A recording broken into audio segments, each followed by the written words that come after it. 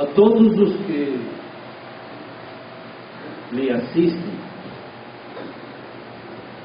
eu endereço os meus cumprimentos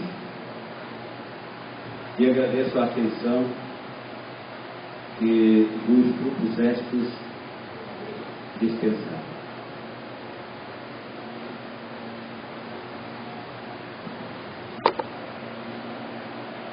Eu sou o João Fajardo e doravante eu quero ser conhecido como o mensageiro da paz.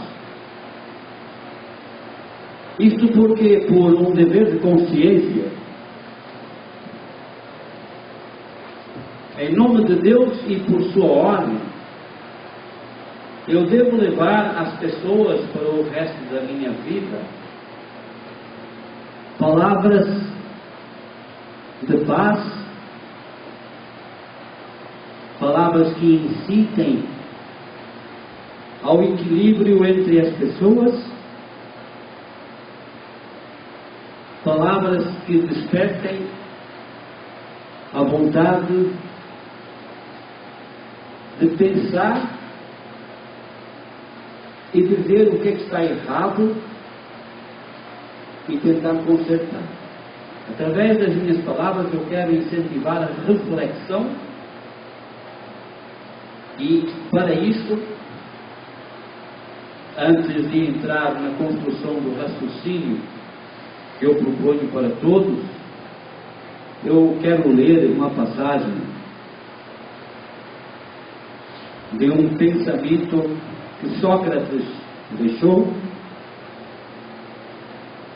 e que diz assim: eu não confiaria em tudo o que digo sobre a argumentação, mas se pudesse, lutaria até ao fim com palavras e com ações, pela crença de que se procurássemos conhecer o desconhecido, seríamos melhores, mais corajosos e menos preguiçosos do que se acreditássemos que o desconhecido não pode ser conhecido e por isso não devemos sequer tentar. Isto para dizer o quê? Que é provável que ao longo das minhas colocações algumas coisas pareçam fora do normal, daquilo que nós estamos habituados a pensar e coisas que nós já enraizamos nas nossas crenças e que não nos propusemos mudar. Eu não represento nenhuma religião, mas eu acredito que a religião é algo necessário na vida de todos nós. É importante que essa religião se instale no coração e na mente de todos nós. E adotemos essa religião, não importa qual, seja ela qual for, e que a tenhamos sempre presente em todos os instantes das nossas vidas. Assim nós sabemos que estaremos sempre agindo de forma correta.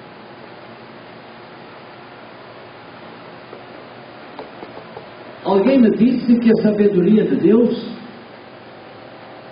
é a loucura dos homens.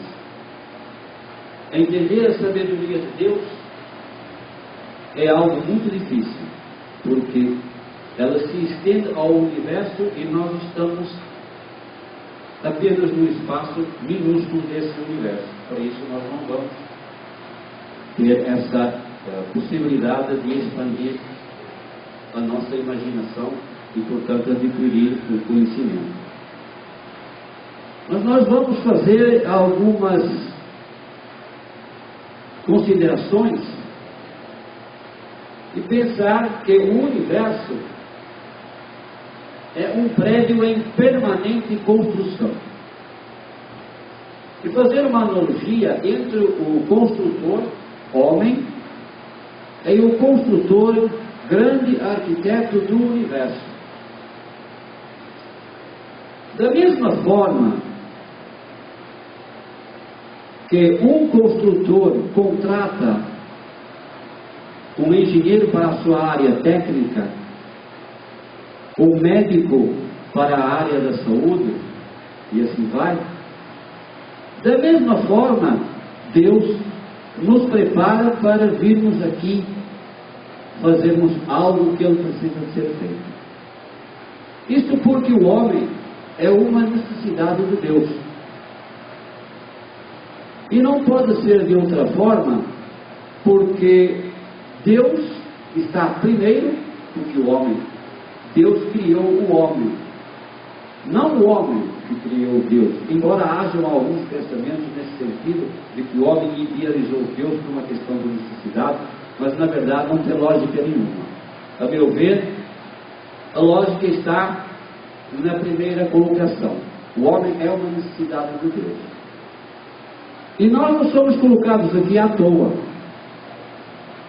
Deus nos prepara para que façamos o seu plano, o seu projeto. E como que Ele nos prepara? Vamos levar a nossa imaginação lá atrás, quando no tempo em que nós ainda não tínhamos chegado aqui, e estamos sendo preparados por Deus para fazermos essa passagem. Deus grava em nós especializações ou profissionalizações através daquilo que nós chamamos de talentos. Os talentos, por muita gente pensa que são dons, na verdade não são. Os talentos são ordens, são instruções que nós recebemos antes de chegarmos aqui. Tal como o engenheiro, eu tenho que tirar um curso e ter um diploma que autentica esse curso e essa capacidade. Da mesma forma, a pessoa chega vinda da outra dimensão para fazer algo, e como que ele vai conhecer? Durante a vida, durante os primeiros anos da sua vida, ele revela as suas tendências, e essas tendências são a vontade de Deus. Nós viemos aqui para escrever uma história. Da mesma forma que o engenheiro faz o seu relatório para levar ao seu patrão, da mesma forma nós fazemos todos os dias, a cada instante, o relatório no nosso livro da vida. O livro da vida, ele tem capa e contracapa, nascimento e morte, o princípio e o fim do estágio aqui na Terra. E entre esses dois limites, tem folhas em branco. Cada página representa um dia na nossa vida aqui na Terra. E esse livro tem tantas páginas quantas aquelas que nós vamos precisar de escrever correspondendo ao número de dias. E quando nós chegarmos na última página, quando nós escrevermos a última página e fecharmos a contracapa, nós vamos precisar de levar esse relatório, esse livro, para as mãos de Deus. E Deus, que já conhece todas as coisas, Ele faz questão de que você leve esse livro e entregue nas mãos dele. Ele vai comentar aquilo que lá está escrito. Se esse livro relata uma vida repleta de coisas boas, relata uma vida repleta de caridade, de competência, de entendimento da vontade de Deus, esse livro, mesmo que seja de uma vida humilde, até a vida de um cientista, de um matemático, ele vai virar um best-seller. Porque Deus, quando nos mandou para cá, Ele não admitiria, nem admite outra coisa que não seja que essa história, esse livro, seja um best-seller. Porque Ele vai colocar esse livro numa biblioteca ao lado dos outros best-sellers que já foram escritos. Mas, se esse livro é um livro cheio de iniquidade, cheio de impiedade, seja cheio de coisas ruins, será justo Deus colocar esse livro no lugar dos best-sellers? É claro que não. E Deus vai pegar esse livro, vai brandir ele e vai dizer assim: foi essa história que eu mandei você escrever? Um livro vazio, cheio de palavras erradas, cheio de coisas que não prestam? Foi para isto que eu mandei você lá na Terra me representar e fazer com que o planeta evolua, cresça? Qual foi a sua contribuição para esse crescimento? Você que passou o tempo jogando videogame, agarrado ao Facebook, ao WhatsApp, você que passou o tempo assistindo televisão até às 2 da manhã, levantando às 3 da tarde, e ainda descansando um pouquinho para não ficar estressado, o que é que você quer que Deus faça com o seu livro? Ele vai pegar esse livro e vai mandar para a fogueira. O seu livro é um vírus. É um vírus tão ruim, tão forte, que tem que ser incinerado, para que nunca mais volte,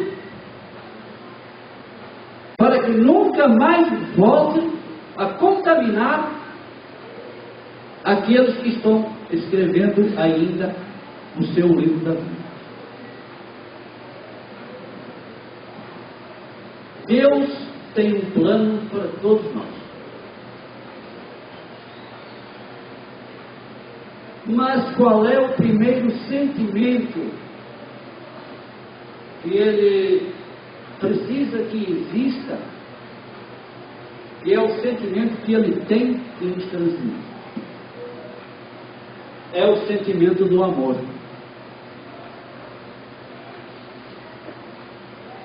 O amor é como um cimento místico que une todas as coisas umas às outras.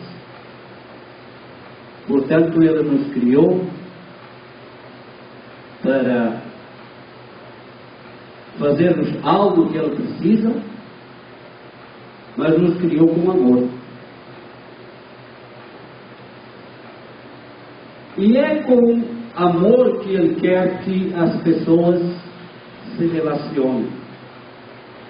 Porque se for fora do sentimento do amor, o que acontece é que as pessoas se desestabilizam e se perdem no tempo. É com o sentimento do amor presente no coração que o homem se une à mulher. O homem é o semeador e, portanto, o principal responsável por todas as coisas que acontecem na família. A mulher é o solo fértil. E vamos mais na frente falar um pouco sobre isso, mas eu volto um pouco no raciocínio para dizer que quando nós chegamos a este planeta,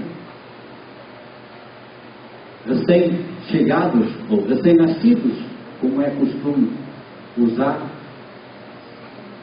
nós vimos puros desconhecedores de tudo aquilo que se passa aqui na Terra. E é tão verdade aquilo que eu falo, que quando nós olhamos uma criança recém-nascida no seu berço, quando olhamos uma criança recém-nascida ao colo de sua mãe, se amamentando, verificamos que ela é uma criatura ausente. Ou seja, ela está totalmente desligada da realidade da Terra. É assim que Deus entrega aos pais o fruto do seu amor. E é quando a criança nasce, é como se uma trombeta soasse e dissesse: esta ou este é o ser que eu entrego nas tuas mãos, para que dele faças um cidadão de Deus.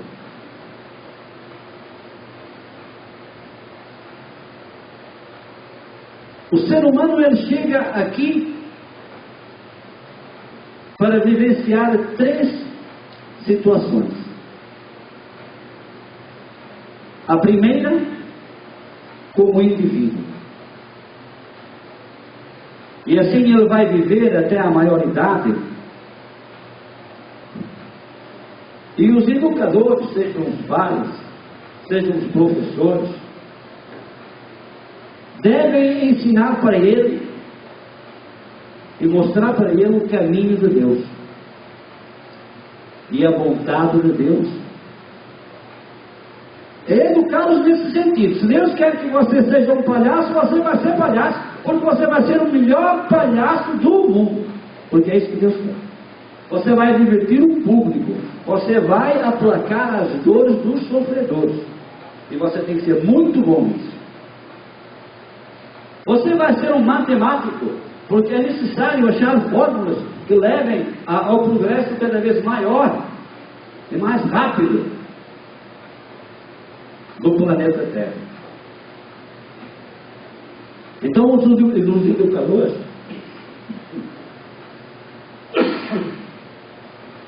precisam de entender essa vontade e levar o educando a esse caminho.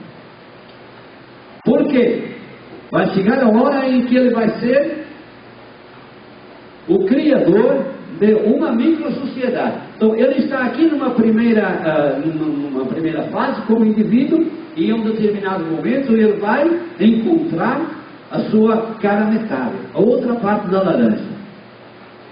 Se ele é homem como semeador, ele vai ter que escolher o solo fértil, que é o ventre da mulher, e ele tem que se unir a essa mulher pelo sentimento do amor. Porque quando se gera um filho onde não há amor, essa semente só pode dar errado. Não pode nascer uma semente boa num solo que não está bom. O ventre da mulher tem que ser como a terra vegetal. Ela tem que estar perfeita. Infelizmente não é isso que acontece. E a partir do momento em que eles se unem, o homem se une à mulher, ele começa aí a formar uma microsociedade. Portanto, a segunda condição em que o ser humano está aqui, como integrante de uma microsociedade que é a família.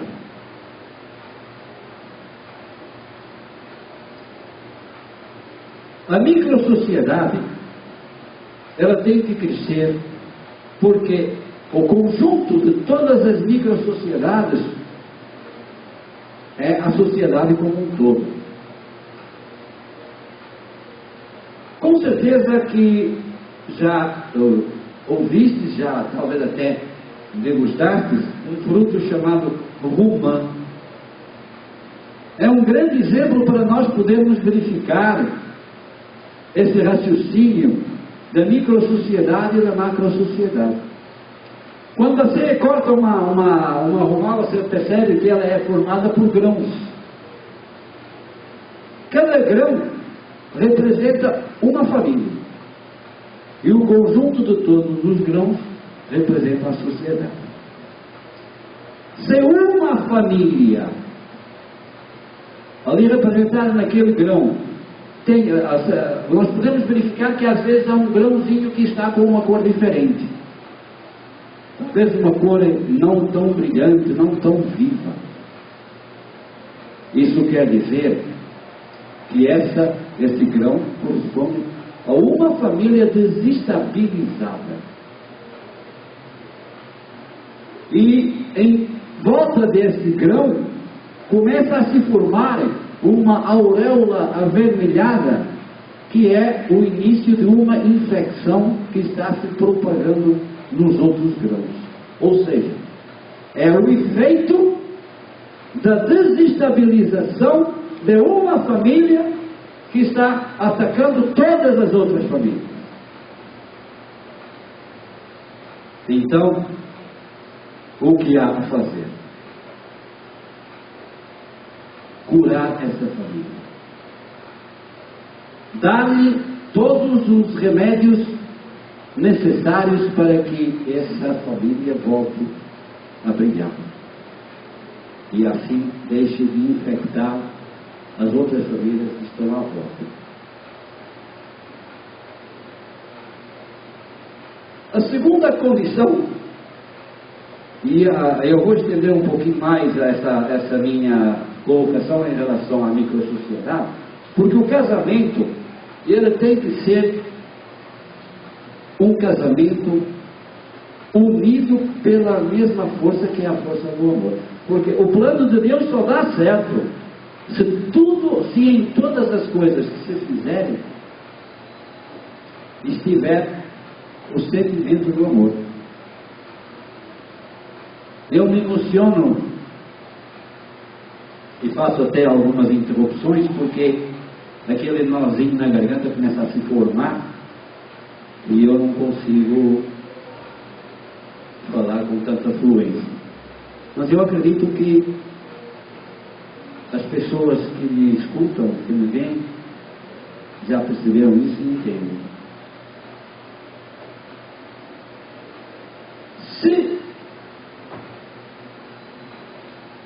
a microsociedade estiver desestabilizada, como eu estava dizendo, e essa desarmonia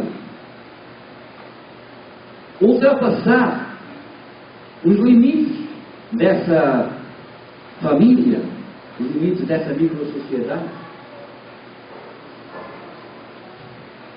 as coisas ficam piores ainda. Porque todos nós temos que saber e ter consciência de que o que se passa na nossa família é só da nossa família. A nossa família é a coisa mais valiosa que nós temos. Ela pode estar desestabilizada, pode estar doente, mas é a melhor família do mundo. Seja para quem for que está à nossa volta, é sempre preciso fazer parecer que a nossa família é a melhor família do mundo. Porque essa foi aquela que nós conseguimos formar. Nós não podemos nos queixar da nossa família, porque a nossa competência para a formar só deu naquilo.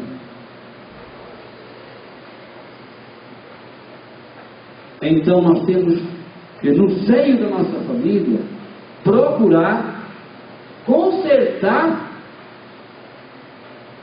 o que está errado. e não deixar transparecer para ninguém. E hoje as coisas vão muito longe. Quando eu estava dirigindo convites para esta conversa, eu mandei para um senhor que na mesma hora me respondeu: infelizmente eu não posso comparecer porque eu estou no México. Em questão de segundo. Isso para dizer o quê? Que se você vai no Facebook, você coloca um problema da sua família, o mundo inteiro vai saber. E você está espalhando energia negativa e despertando a ação das doenças invisíveis. E a partir daí você vai sofrer as consequências. Depois você vai dizer: puxa vida, que azar que eu tive.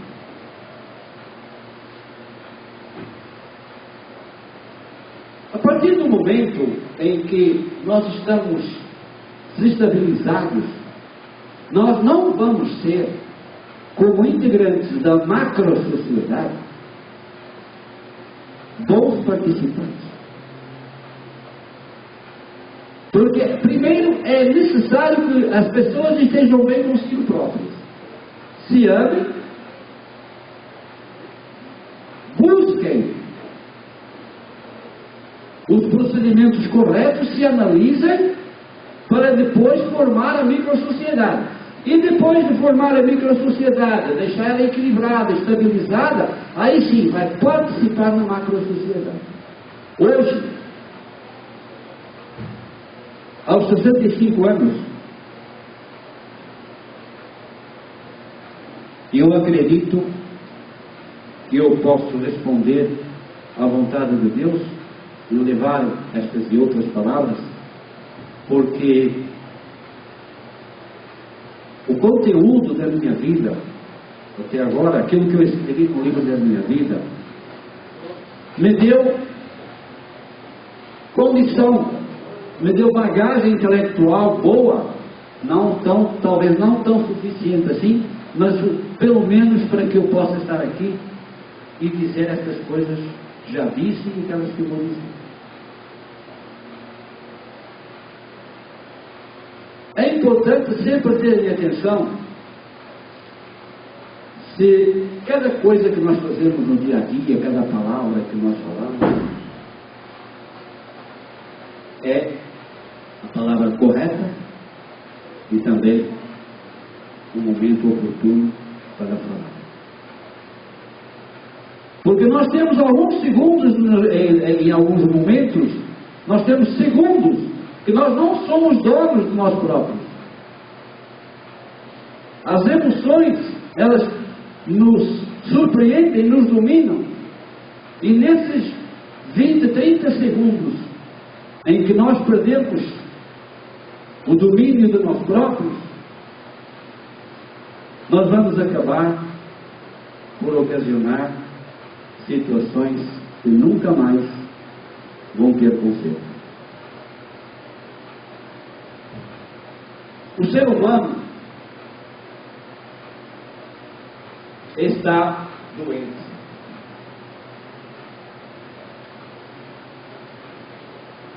E ele precisa de ser cuidado.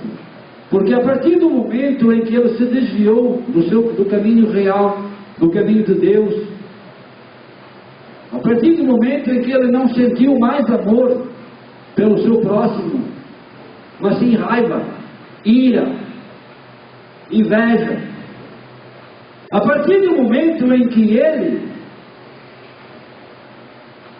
deu largas à sua ganância, à sua cobiça,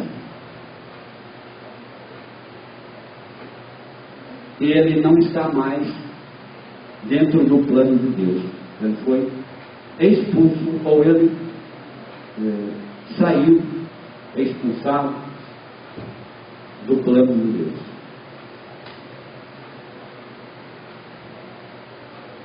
E a raça humana está se traindo a Deus. A raça humana, ela precisa de ser extinta. Não tem como continuar. E Deus está tomando essas providências já há bastante tempo. Se nós entendermos, e vamos entender com certeza. Eu vou voltar à parte do casamento, porque eu acredito que o casamento, a união entre duas pessoas, ela tem que acontecer além de sobre com o sentimento do amor, também para agregar projetos. Deus não quer que o homem se una à mulher só para procriar. Ele quer que o homem se una à mulher para agregar projetos e levá-los adiante, projetos que individualmente eles não conseguem. Porque existem os projetos individuais, existem os projetos coletivos, e todos eles têm que ter a participação dos dois. Eu estou fazendo a minha parte na macro-sociedade. E eu só estou fazendo isso porque a minha família apoia. Porque se não apoiasse, estaria criando as maiores dificuldades, os maiores obstáculos para que este momento não se realizasse.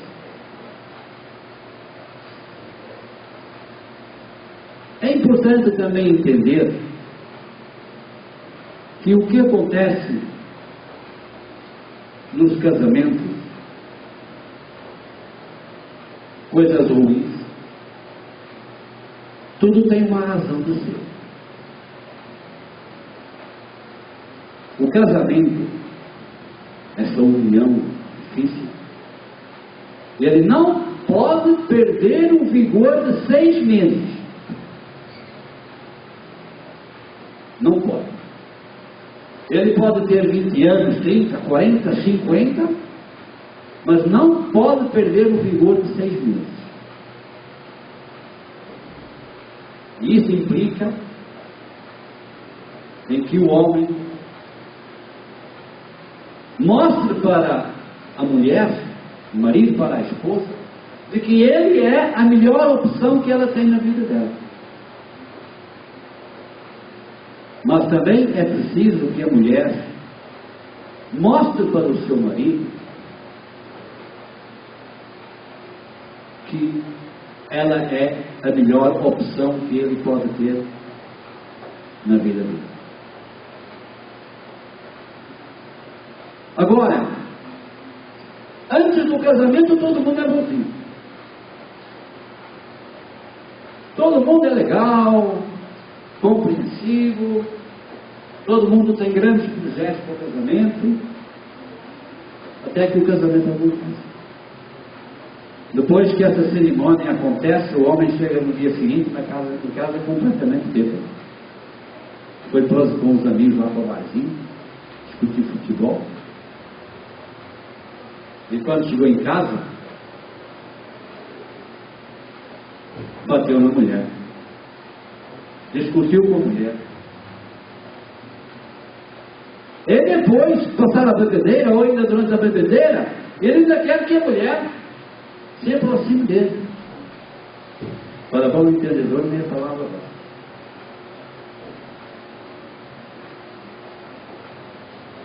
Mas quantas mulheres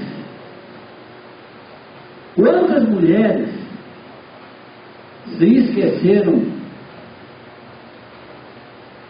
de que devem cativar o marido? Eu vou contar para vocês a história dos 10 anõezinhos. Havia um casal, essa história foi me contada há muitos anos, quando eu era garotinho ainda, eu nunca mais esqueci. Havia um casal que o marido chegava em casa e só discutia com a mulher.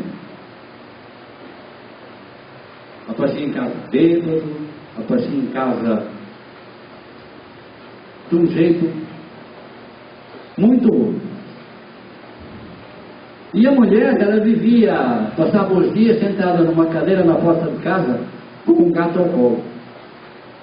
Um gato que ela vivia acariciando e só reclamava da vida. Aí um dia, uma vizinha passou por ela e ficou falando, ficou conversando um pouco, batendo um papo, trocando uma ideia. E essa senhora, que vivia com o gato no colo, estava se queixando. E não tinha quem ajudasse, que era uma pessoa cheia de problemas, etc.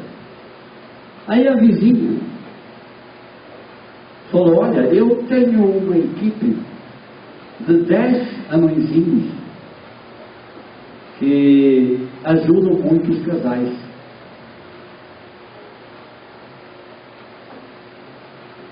Se você quiser, eu vou mandar eles aqui para te ajudar. Eles vão arrumar a tua casa, eles vão pôr o feijão ao lume, eles vão fazer tudo, vão mudar o cenário. E a senhora ficou muito contente, tão contente que disse: não, pode vir amanhã?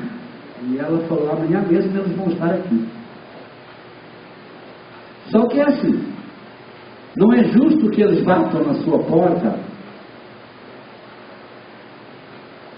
e vejam você mal arrumada.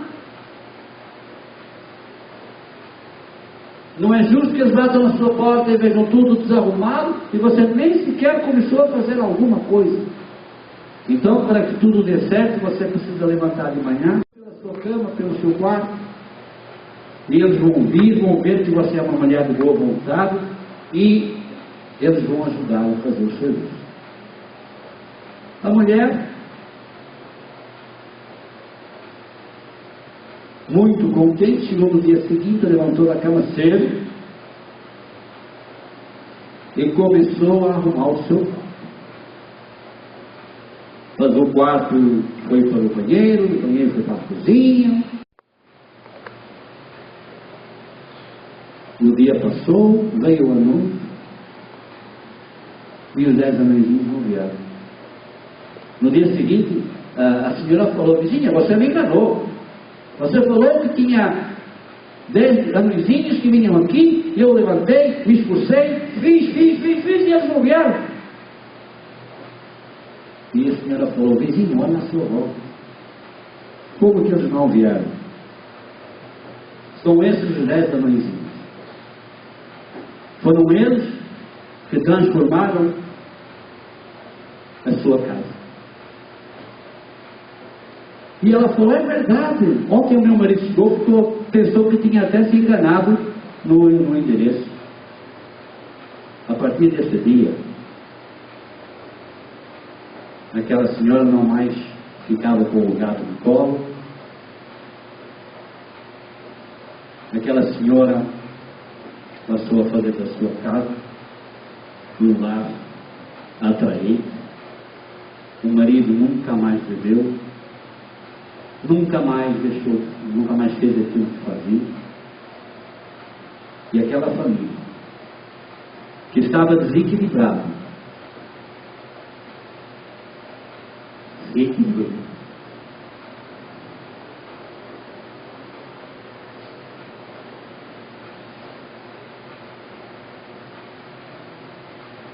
É preciso entender que quando nós estamos sozinhos na nossa casa,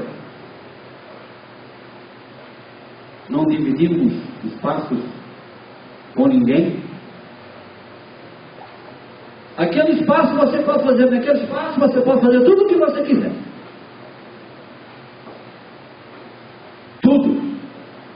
É só seu. Só que a partir do momento em que você divide esse espaço com uma outra pessoa, esse espaço não é mais seu, é vosso. Então tudo aquilo que acontece dentro daquele espaço tem que ser discutido entre as duas pessoas, senão não existe liberdade. Nós sempre costumamos dizer que tudo aquilo que acontece na nossa vida é culpa dos outros. Eu estou aqui e não fiz aquilo por causa daquilo.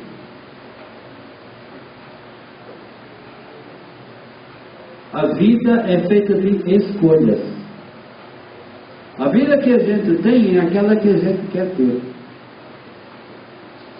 E vocês pensarão, cara, é um idiota. Não. Se você escolher errado, você vai sempre viver errado. Então você precisa de ter um tempo para refletir em tudo aquilo que você faz, se isso é fruto das escolhas certas, aquelas que você fez, e se você precisa de escolher melhor.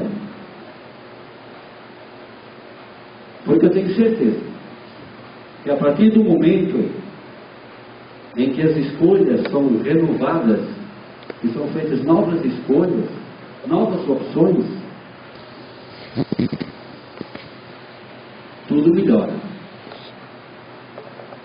E eu estou me lembrando agora de uma passagem que eu devia ter falado e eu não falei, que a Bíblia nos fala que devemos procurar a verdade e ela nos será revelada. A sabedoria é uma senhora muito esquisita. Não é esquisita, não é o termo correto. É uma senhora muito delicada e muito exigente. Durante a vida, nós deixamos que se forme à nossa volta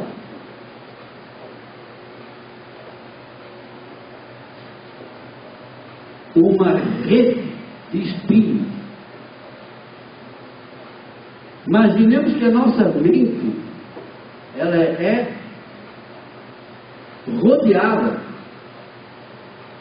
de espinhos, de coisas que não deixam que o conhecimento entre. Porque no meio desses espinhos existe uma coisa, existe um espaço que é um espaço fértil. E a única porta pela qual a sabedoria se propõe entrar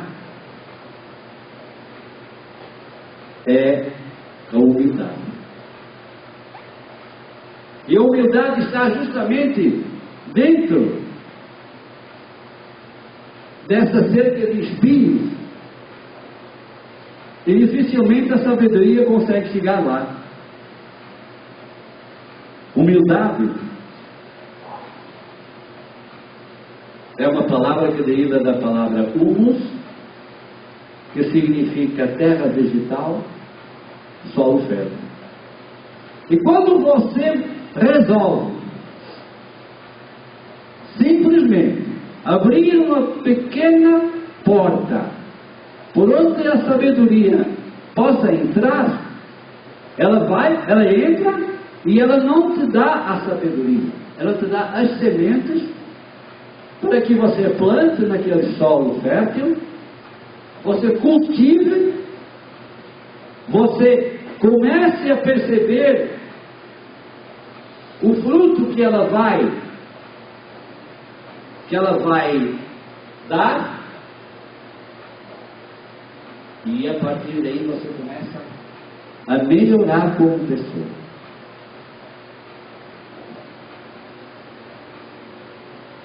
E cada vez que você olha para essa planta, você vai sentir contentamento e vontade de plantar mais ainda. cada vez mais. E a partir do momento em que você vai plantando, em que você vai adquirindo sabedoria, você vai destruindo todas as coisas que estão à sua volta, as coisas ruins. E aí você se torna uma pessoa boa e uma pessoa feliz. Agora eu vou passar por um outro item que eu deixei para o final. E vou começar por dizer que Deus é o alfa e o ômega, e tudo aquilo que une essas duas letras, Ele é. Deus é o princípio, o meio e o fim.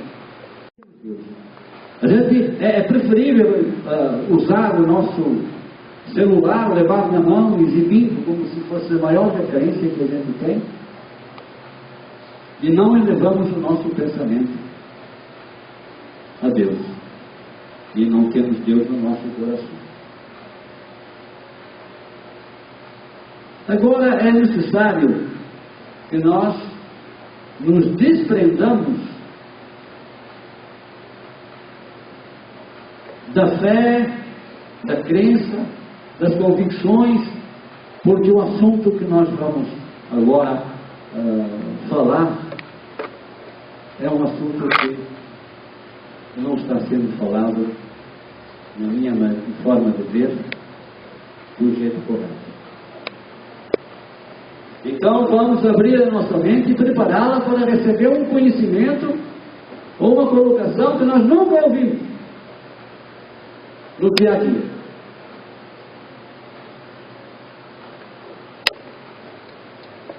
A Terra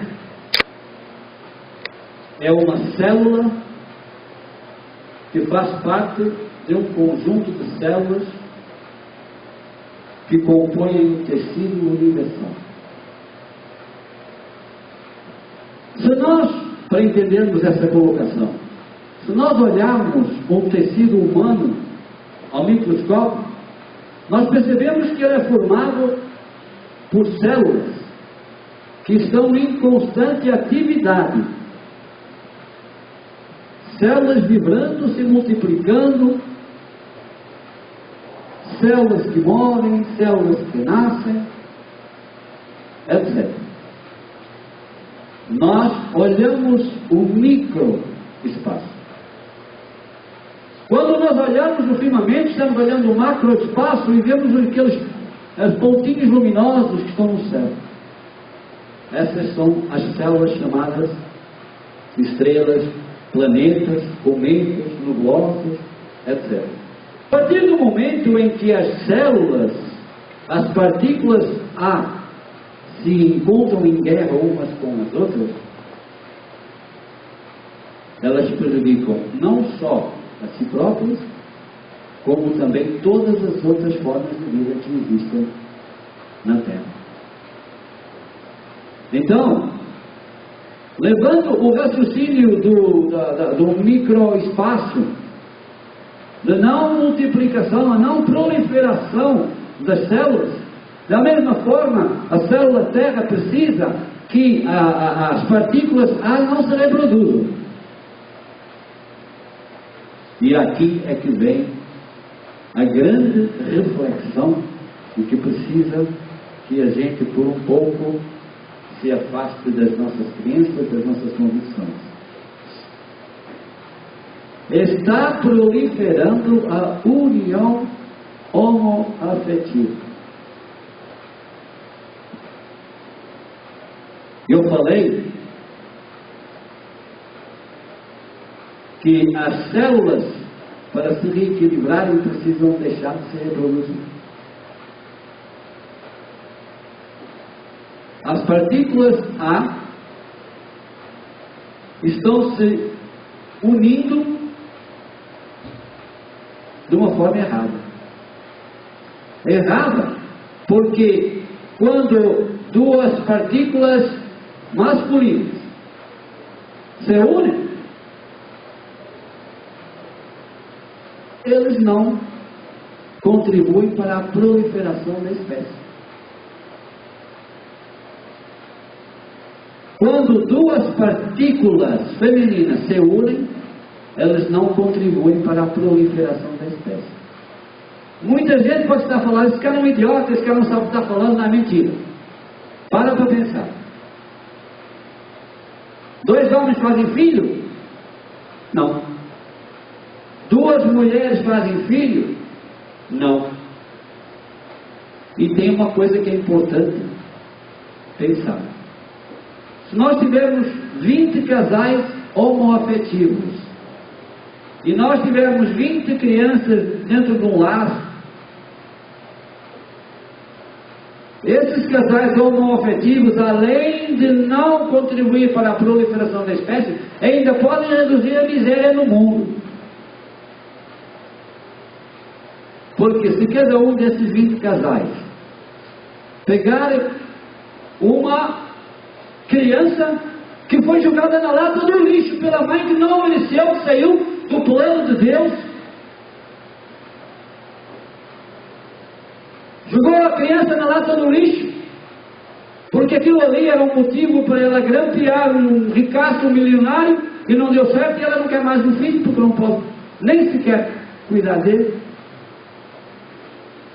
Uma criança que uma mãe jogou numa caçamba, e que na hora em que teve a criança, nem o cordão umbilical saiu, ainda está agarrado na criança. Será que as sementes, o solo, o ventre dessa mãe era um ventre puro? E aquela criança foi fruto do amor? Não. Foi fruto de um ato criminoso. E o casal homoafetivo vai lá e pega essa criança, leva para casa, dá amor, dá carinho, dá estudo, dá saúde, uma cama, um leito quente para ele se abrigar no frio.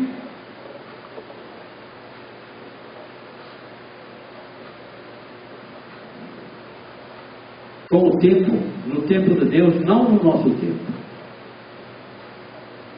No tempo de Deus é bem diferente. Deus, o doutor Deus, vai curar a partícula A da célula terra,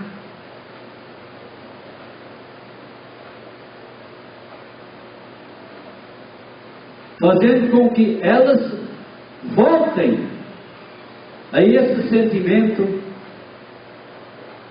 ao sentimento do amor, e a dar o devido valor à vida de acordo com o plano de Deus. Eu deixei para o final esta colocação, porque eu tenho para mim que há muitas pessoas, talvez a maioria das pessoas, eu já ouvi, inclusive, pessoas falarem, eu nunca tinha pensado nisso. Eu deixei para o final porque tenho certeza que o impacto causado é um impacto bastante grande.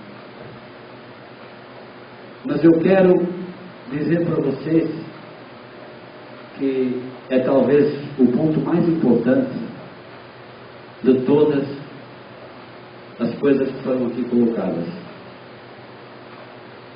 O planeta Terra precisa de se reequilibrar.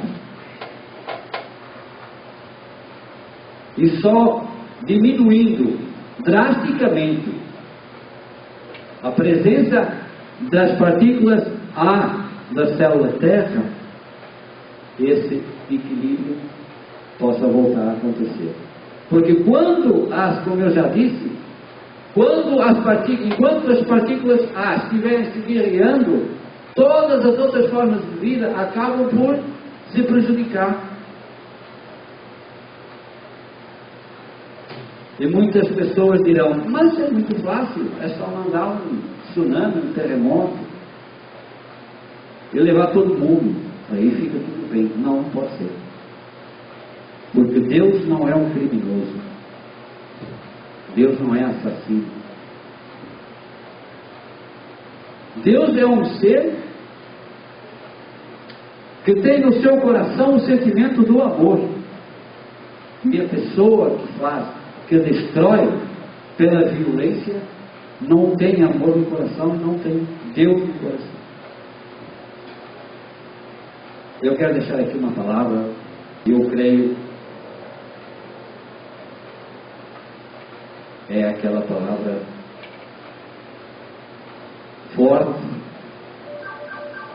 e que precisa ser falada e pensada.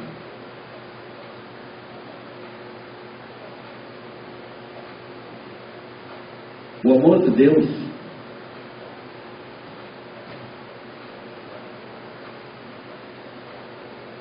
não é totalmente compreendido, porque a nossa mente, ela é limitada ao espaço ocupado por aquele que nós andamos, e somos capazes de atingir. Os nossos sentidos chegam. Mas se porventura fosse possível, e o amor de Deus, ele segura todo o universo, e que viver no amor de Deus é viver no lucro. Quando você levanta de manhã e você percebe, e você se compromete a dizer: eu vou proporcionar paz àquela pessoa, você está pegando uma parte do amor de Deus e aplicando. E se outra pessoa fizer a mesma coisa, você está recebendo. Quando nós nos levantamos com uma disposição boa, quando nós nos levantamos e passamos uma noite sem nos deixarmos viver, porque quando nós entregamos a nossa vida a Deus, conhecemos o seu plano e fazemos aquilo que Ele quer, só podemos ser aquilo que nós todos queremos ser: felizes. Muito obrigado e muita paz.